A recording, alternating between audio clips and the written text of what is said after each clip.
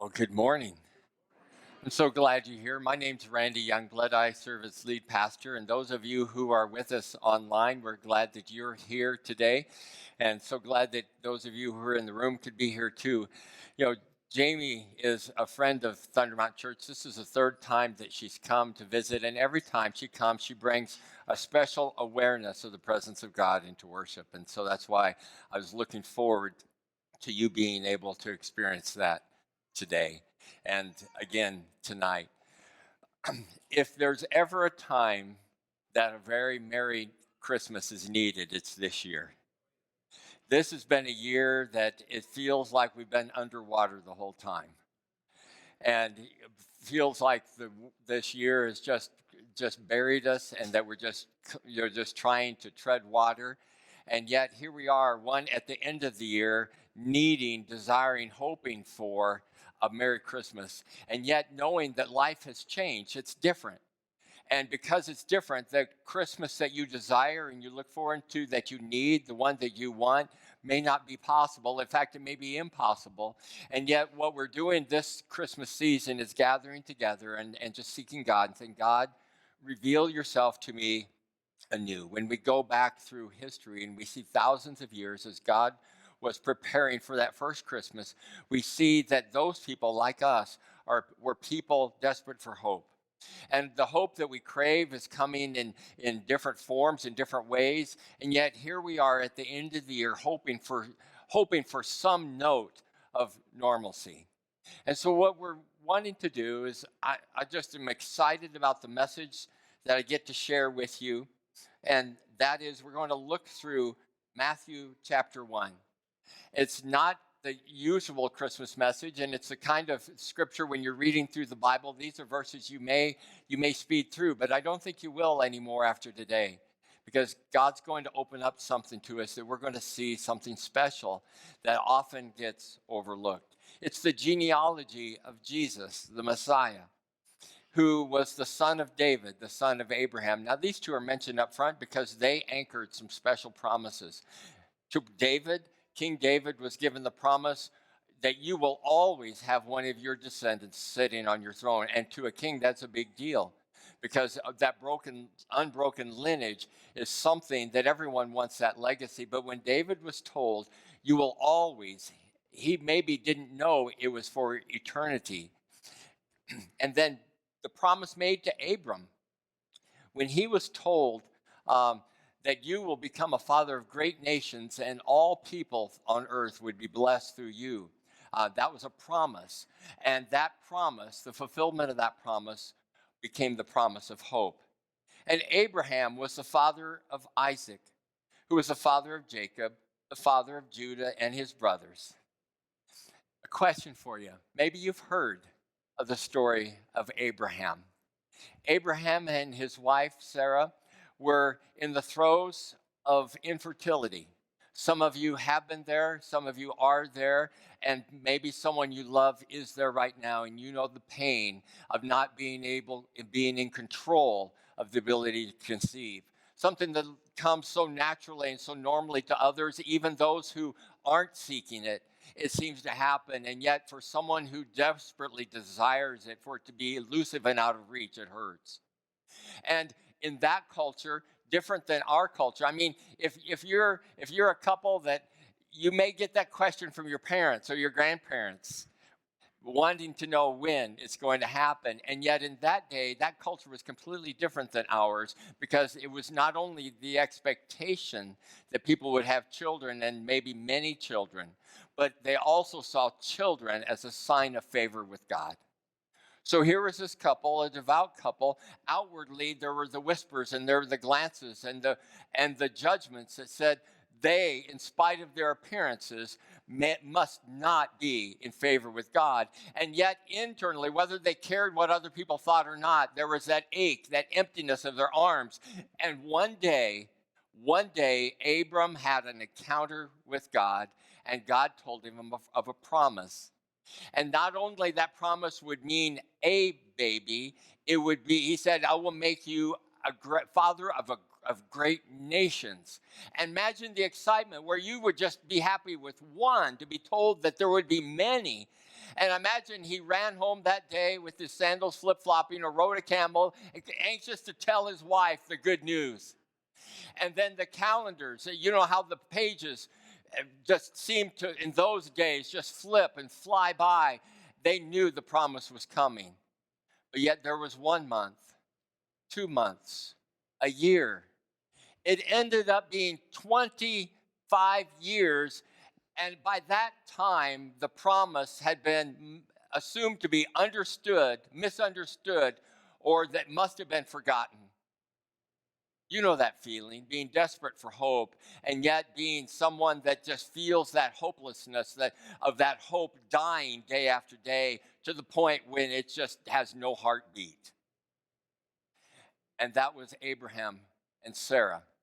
Now, God, in the way that he works, we can see that he does things that will exceed our expectations, but oftentimes before hope is revived, hope dies. And there they were.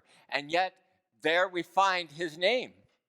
In spite of that quarter of a century of hopelessness, there he is, listed as an ancestor of the promise of hope.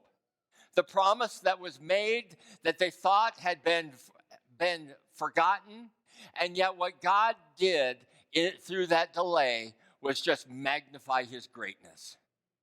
What is it in your life right now that right now there's something you crave, something you need, something you desire from God, and the impatience sometimes will run counter to God's desire to glorify himself, and sometimes that pain of feeling overlooked and forgotten and the death of hope, sometimes we can control ourselves that says God is up to something greater that I could ask or imagine. Such was the story of Abraham. Well, he was the father of Isaac, and they went on, and Judah was the father of Perez and Zerah, whose mother was Tamar. Maybe you've heard the story of Tamar. She was a woman desperate for hope, for she had married into the family, the family of God. She married one of the sons of Judah. His name was shortest name in the Bible. And yet, the excitement of being included into a special family was maybe shattered a bit. Imagine being married to a man who was so evil that God himself had to put him to death. Such was the life of Tamar. But it got worse, because not only at that point was she a widow at presumably a young age, but her father-in-law had promised her another husband. And he even named the boy that when he grew up would become her husband. And yet she waited and she watched, and he grew up and went on, and the promise seemingly to be forgotten. Alone, unwanted, forgotten. And yet in a moment of desperation, she posed herself as a prostitute. She enticed one man. And when Judah, her father-in-law, was told, your daughter-in-law is guilty of prostitution and as a result is now pregnant, his response was, bring her out and have her burned to death. So on her way, she revealed to all that the man who had just pronounced the death sentence was the father, the one who had impregnated her. And when she was able to prove it, he spared her life. But no one wanted her.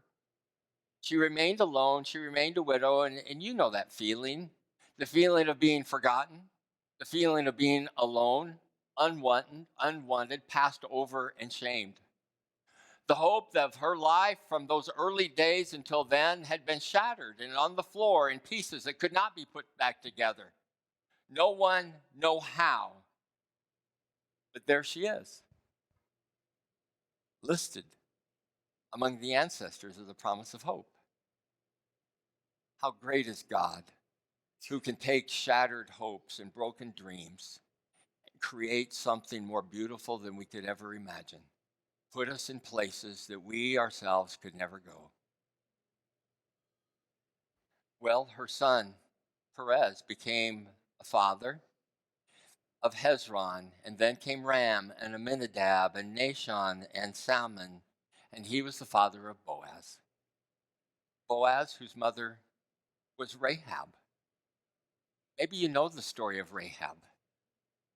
She was a woman desperate for hope, for she was a woman who did the very things that she never dreamed that she would do, the kind of things that only happen when we're desperate. Those moments of desperation when we have nowhere to turn and we begin to do the things that we said, never me. Maybe the things that we actually judged others for doing, we find ourselves doing. And yet at the same time, that those moments of sin often becomes our identity. How would you like to have your worst sin become your last name? Wherever we saw Rahab, and we were introduced to her in the book of Joshua, chapter 1, she was Rahab the prostitute. First name, middle name, last name. It just said shame. And there she was, living the life, shattered hope, brokenness, a life of rubble. Maybe you know the feeling. The feeling of turning to that which you said you'd never do, and the things that created your most shame, the identity that you can't shake is with you. Or maybe it is the very thing that you're most afraid right now that someone will find out. You know, we're told in scriptures that someday everything will be made known. And yet, the beauty of the gospel of Jesus Christ is when our life is surrendered to Jesus, He buys us. He buys us all. He buys our present, our future, and our past. And our past, regardless of the shame that we feel there, when surrendered to Jesus, when we allow Him to make that purchase, it becomes a testimony to the greatness of God. But there she is, a life of rubble, but now listed among the ancestors of the promise of hope. Oh, how great. How great is the love that God has for us, that He can take those shattered lives, that hopelessness, and make something beautiful of it. Well, her boy, Rahab's boy, Boaz,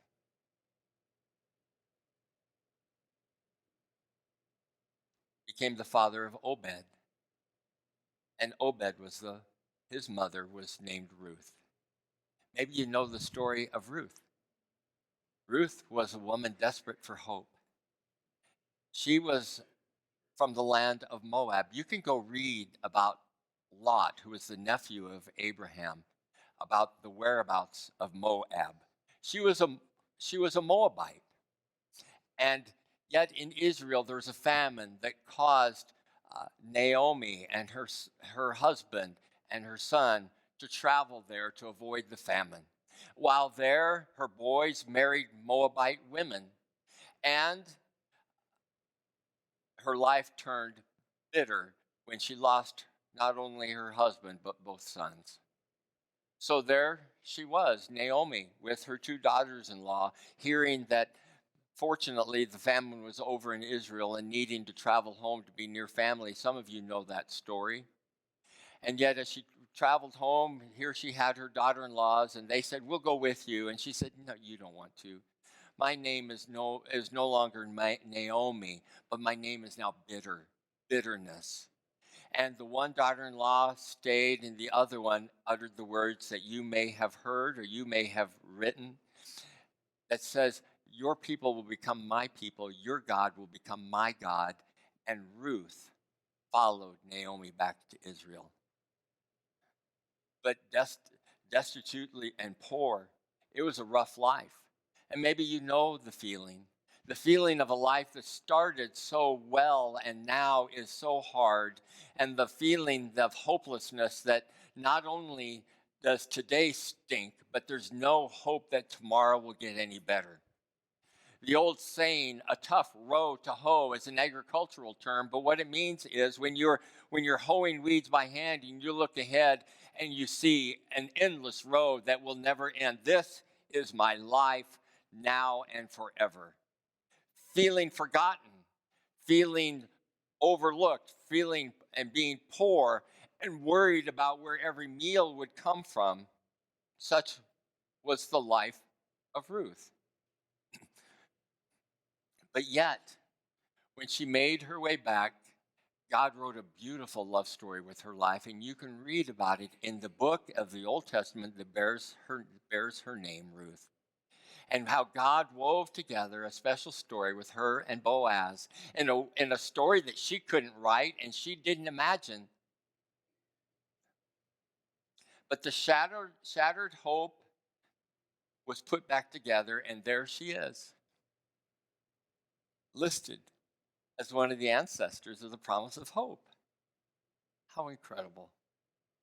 No matter how hard life is right now, no matter how that hopelessness is endless in sight, keep going. Keep going and let God write the story of your life. Don't give up. Because what we see in every one of our characters who's desperate for hope, hope never died, hope never vanquished. There are just moments that is eclipsed by feelings that says it's gone, it's over, or it's for someone other than me. Well, Ruth's boy became the father of Jesse, and Jesse was the father of King David. Maybe you've heard the story of King David. David, a man desperate for hope. For he was the youngest of 8 boys, and he was born at a time when the nation of Israel had a hissy fit and said, "We want a king like every other nation. We don't want you to be king, God. We want someone that can ride a horse and lead us into battle." Sometimes be careful what you ask for he gave them Saul. Saul was someone who was everything that they wanted, but everything they wanted was outwardly impressive, but inwardly bankrupt and empty. And as predictable as it was, there came a time when Saul was rejected, and God said, Saul will no longer be king, but he said to the prophet Samuel, "Go to Jesse and one of his sons, I will direct you which one is to be anointed the next king." So when Jesse was told, "Get your sons ready, Samuel is coming," he called all the boys he felt fit to be king. Every one of his sons thought by their father to be king material came. And Samuel came, and every one after another through 7, he inquired of the Lord, and every one, the Lord said, "This is not the one that I've chosen." So he gets to the end, there are no more boys. So what do? You look to God and say, "Lord, did you put me on a cold trail? I obeyed you. It's not turning out the way I expected." But no, he turned to Jesse and said, "Do you have any more?" He said, "Oh, yeah, there's just the youngest. He's out there watching the sheep." You know the feeling of being the only one of your father's sons that he didn't consider king material? He called all the boys that were impressive, all the boys that he thought were fit to be king, everyone but one, and he was the runt of the litter out in the field still watching the sheep. Do you know that feeling of being overlooked, unwanted, being told you don't measure up? You may be still chasing those ghosts right now, feeling like you're still trying to prove to somebody that you're worth it, that you're good enough. I don't know, but David knew those feelings. And if so, you can relate to David and the hopelessness of feeling like he wasn't even seen as worthy by his own dad, but yet, there he is, listed among the ancestors of the promise of hope. Whatever he felt when he was left in the field to tend their sheep so one of the worthy brothers could be anointed king, gone forever. I don't know what your disappointments are or what ghosts are chasing you, but God is greater. God is able to do something greater with your life. It doesn't matter who says you're not enough when God says you are. The hope that you need The hope that we need only comes from one source. Well, David had a son. His name was Solomon. His mother had been Uriah's wife. Do you know the story of Uriah's wife? You may know her by the name of Bathsheba. For Bathsheba's husband was hopelessly devoted to her, and yet he was off on a deployment at war, and she was home counting the days when he would return. But the king laid eyes on her, and he summoned her, had her brought to him, where he took advantage of her. And from that one encounter, she became pregnant. And when the king got word that Bathsheba was pregnant with his son, he had it arranged that her husband, the one that she loved, Uriah, had him executed. And then she was brought into the king's harem. You know the feeling of being taken advantage of? The feeling of feeling dirty and shamed? The feeling of someone touching you that you would rather not? So many feelings surrounded the woman who had been Uriah's wife. And yet God saw her, and look at where he placed her. Listed among the ancestors of the promise of hope. You know, one of the things we say as a church is we want to be a church where we together, by the power of God, overcome the effects of sin in our lives. Sometimes that sin is the sin we commit. Sometimes that sin is the sin that's committed to us. It all has consequences. And yet, like I said earlier, when it's surrendered to Jesus, when we allow Jesus to redeem us, he doesn't just redeem the best of us, he redeems the all of us. And whatever that is, we hand it over to him, and he takes it and he fashions it to the praise of his glory. And he's able to lift us up to that place that we can't go ourselves. And he's able to make beauty out of the ashes. He's able to take the shattered glass and make a beautiful window. A window through that we can look through, people can look through and see the glory of God in you and in me. And where we're no longer known by our sin, but we're known by the goodness of a God who loved us. Well, Solomon had Rehoboam, who had Abijah, who had Asa, and went on and on and on until they all went into exile in Babylon. The exile to Babylon. Maybe you've heard the story of the exile. The exile is where the fulfillment of all of God's promises of warning became true. Prophet after prophet. Most of the Old Testament is prophets who are warning the people of Israel the importance of faithfulness to God and the consequence of rebellion.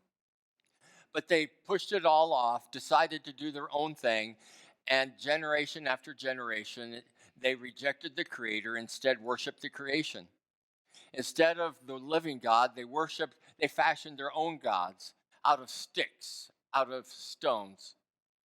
And they would make their gods and they would bow down to them in a form of spiritual adultery. And finally, God, for their good, said enough. You see, when God disciplines us, don't see an angry father. In spite of the anger you may have experienced on earth, our good father is a father of love who disciplines his children that he loves. And this was their discipline.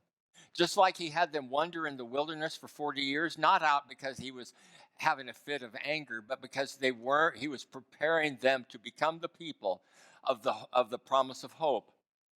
Just like Jesus, when he was baptized, then he was led into the wilderness. Wilderness is always a time of preparation. And when God is at work in preparation, I promise he's always preparing you for something greater than you would ask for yourself. The other thing about what God's promise does, it always lasts longer than the promises we seek. Because what we seek is usually always something we can see, we can feel, we can touch. And everything that is visible Paul tells us, is temporary. But every promise of God satisfies the eternal. And so when the people went off to exile in Babylon, maybe you know that feeling. The feeling where you realize what you have only after it's lost. Oh my goodness, I had it all right there and I didn't know it. Maybe it was a relationship. Maybe it was your first love. Maybe it was a business. Maybe it was a child. There was something each one of us possessed at one time or another. We didn't realize the preciousness and value of that possession. And yet here they were off into exile. And the promises of God that had been made feeling shattered and hopelessness overshadowing them. But yet the exile ended. And after the exile, God, who would not allow his promise to die despite the faithlessness of his people, brought the promise of hope. Joseph, the husband of Mary, and Mary was the mother of Jesus, who is called the Messiah. Oh my goodness. Maybe you've heard the story of Joseph and Mary, the deliverers of our hope. You see, there were 14 generations in all from Abraham to David, 14 more from David to the exile, and 14 from the exile to the Messiah. 42 generations of people who were born, lived a life desperate for hope, and died. Not experiencing the promise's fulfillment in their lifetime, but yet every one of them we see became a part of a bigger picture. I don't know about you, but if you're willing or not, but if you're willing to become a part of his story, you will be a deliverer of hope. And if, on the other hand, you want him to be a player in your story, you won't be. If you want God to become a player in your story, you're going to live a life of fear. You're going to find hope and peace elusive. But yet, if we surrender our lives, and if we surrender our hopes and dreams for this life, and we become willing to play a part in his story, guess what? We become one of those in those journeys of the ancestors of the promise of hope to someone to whom that hope becomes delivered because we were willing to become that deliverer of hope. And by doing that, the hope that we receive is greater than we could have imagined. What I see through this, in these often overlooked verses of the Bible, I mean, honestly, when I saw that, why did I pick this passage? What do I say about all these people? But yet, when I prayed and God began to open up their stories to me, I began to see. Because we not only want to be people who have received and know that promise of hope, we want that promise of hope to be ours, but I believe we want to be its deliverer as well. That's what we do as a church. You've probably heard it said, maybe you've said it yourself. We want to reach out, we want to touch lives, and we want to grow people to know, love, and serve Jesus along with us. What better investment of your life can you think of? Where is your hope today? If your hope is in anything that can be shattered, if anything that can be broken, if anything that can be taken away, place that hope in Jesus.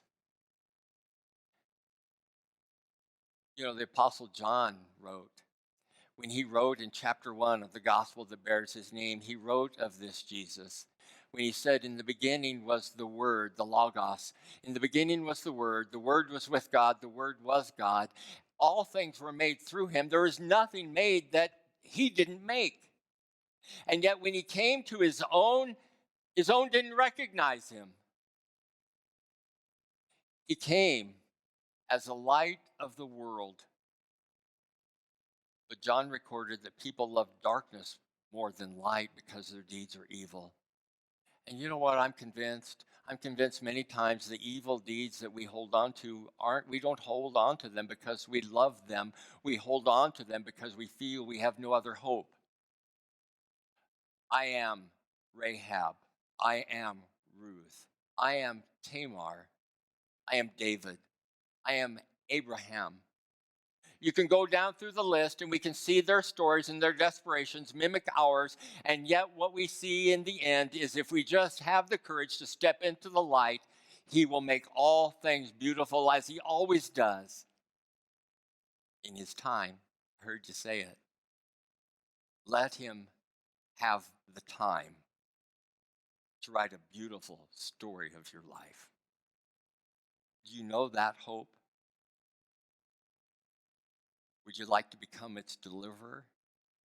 When it's recorded that Jesus said it's better to give than to receive, what better gift is there to give than hope?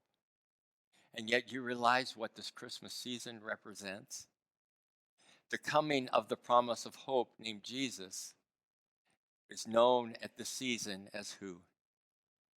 The Prince of Peace. Our world is desperate for peace because our world is encountering something right now and has encountered wave after wave of fear this year. And their only hope is peace. But peace cannot be found on man's terms. Peace only comes. And if you've been pursuing peace in your own ways right now, the only way that you can have peace, my friend, is to have peace with God through Jesus Christ, who died, who lived a life without sin, who died on the cross as purely righteous. He took my sin onto himself. He became my sin. And then what he does, what he gives to you in exchange for your sin is his righteousness to faith who all believe. For John went on to say, to those who believe in his name, to those who receive him, he gives the right to become a child of God. You may think that you're born as a child of God, but that's one of the greatest deceptions. We're born as people created in the image of God, but Jesus himself said we must be born again. And that born again is when we receive Jesus, not just believe something about him. The demons believe that Jesus is the Son of God. The demons believe that Jesus rose from the dead. And if you today are basing your hope on the facts that you believe about Jesus, I want you to take the next step. Surrender your life to him. Turn from your sin. Say, Jesus, I need your forgiveness. I need your righteousness. I am incapable of reaching it, achieving it, finding it, earning it. I need it. Because what Paul wrote was that righteousness comes through faith to all who believe. For everyone who calls on the name of the Lord will be saved. So if you believe those things about Jesus, take that next step and put your faith in him. Become his child. Exercise the right to become a child of God. And let the Holy Spirit come in, yield to him. When you and I yield to him, God comes in. He gives us his Spirit as a down payment guaranteeing our inheritance, earnest money on a transaction, a promise of hope that will be fulfilled that you can take to the bank. Do you know that feeling? I hope you do. Because that is what Merry Christmas is all about. Would you pray with me? Jesus, thank you for the way you provide meaning to simple things. I thank you for the ways that you are working and you're always doing more than we can ask or imagine, and how your hope always exceeds our prayers. Our prayers that are often temporary in nature, you answer with the eternal. And yet, because we too oftentimes prefer the temporary, prefer what is seen, we get mad and we turn our backs at you. We walk away. And yet, just like the people of the exile, despite our unfaithfulness, your faithfulness remains. And the promise of hope is still there. I thank you that we are a church of people who have given up on you.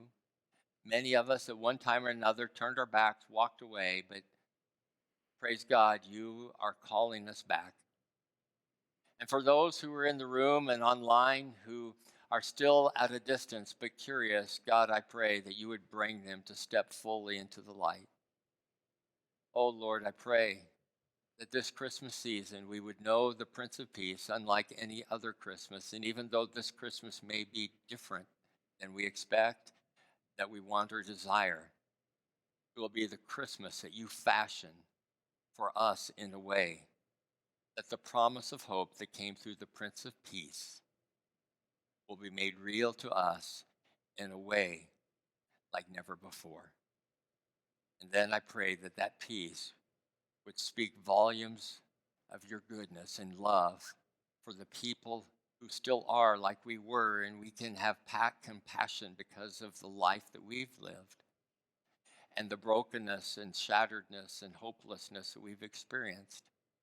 And we can say, what God has done with my life, he will do with yours. Just surrender. Come with me to know, love, and serve the promise of hope who came as the Prince of Peace. And it's in his name that we're privileged to pray. Amen.